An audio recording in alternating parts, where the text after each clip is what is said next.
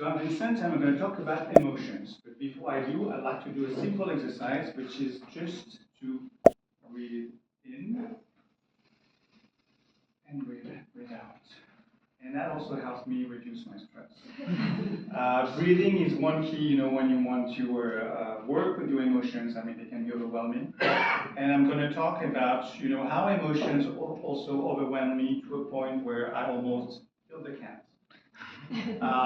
Intriguing, isn't it? So the story is I've been sensitive since I was born, I guess. And through life, I learned how to cope with emotions, to cope with what impact they can have, especially at work or in leadership. And I came to a point where emotions were too difficult to handle. So I decided that it was easier to either bury them or kick them out. So you feel numb. It's wonderful, no more emotions. Yeah, but they still exist. I mean, emotion is just chemicals running through your veins and your body. So you can't not do anything but live them. Either you do it consciously or not. So what happens is that, I buried my emotions so deep inside that everything was fine. You didn't feel any anger, any sadness, any nothing. Up to a day where I was attending a training session, coaching training session. And a little experience showed me that I had pretty much 30 years of simmering anger. So what do you do with that? So once you connect to that emotion, what happens is that it's very present in your life. And everything would trigger my anger. Everything.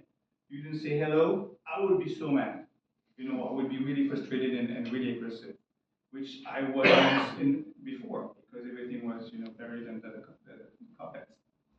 So I had to do something with it, and that was very difficult. And one day, I had a cat, like in the subtitle, and the cat did something stupid, like any cat can do. And all of a sudden, I feel that anger, overwhelming me, sorry. And I decided to chase the cat, run after the cat, and at one point, I blanked out. I don't even remember for a few seconds what happened until I heard a noise.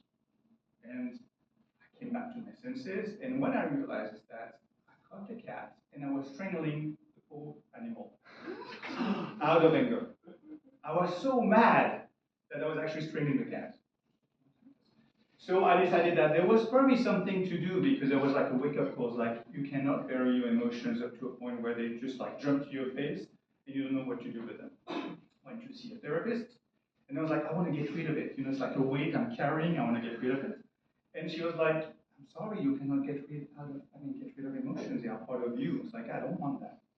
But I learned, to make a good friend, that unexpected friend who shows up at the door is like, okay, fine, I make space and listen to it. And actually, it's a great energy to boost a project, to go forward, because anger can be turned into something which is like steam. So that was pretty good.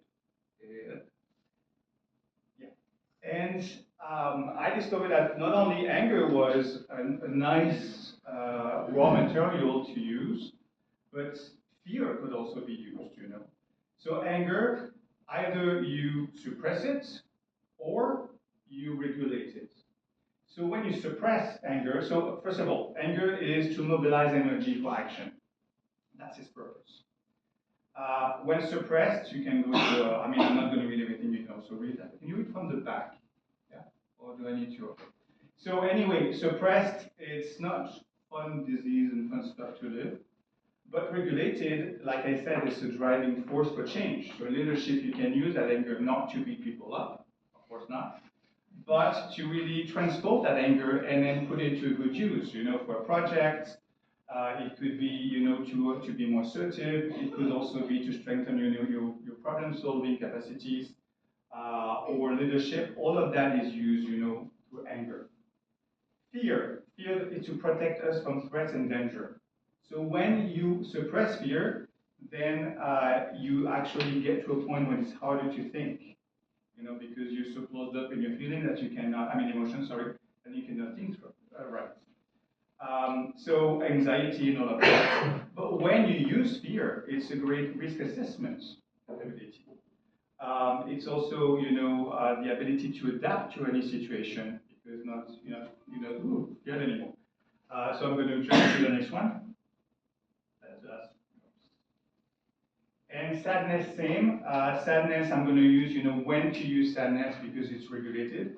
So it's a greater empathy, resilience, and more emotion depth, so which is also good when working with teams.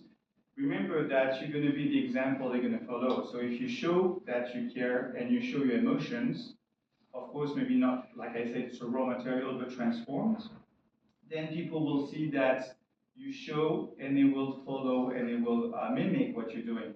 So if you work in a leadership position, use those emotions, work with them, maybe like I said, not right when they come to you. And there's a little exercise you can try. It's called the 5 seconds. 5 seconds, you can use it in either you need to make a decision, but it's an emotional decision to make. Count down from 5 to 1 while you breathe in and out. That shuts the cortical brain and then helps you come to your senses and make a decision which is not just based on emotions. When you work with teams, just 2 words, when you work with teams, use that time when you do a check-in, before meeting. Ask them how they feel, what they want to do, or use it as a weather forecast. What's your weather forecast this morning? All those ways are to help people work with their emotions, but on a way which is not dangerous or you're showing too much. So that's pretty much what I want to say because I already went over the 5 minutes.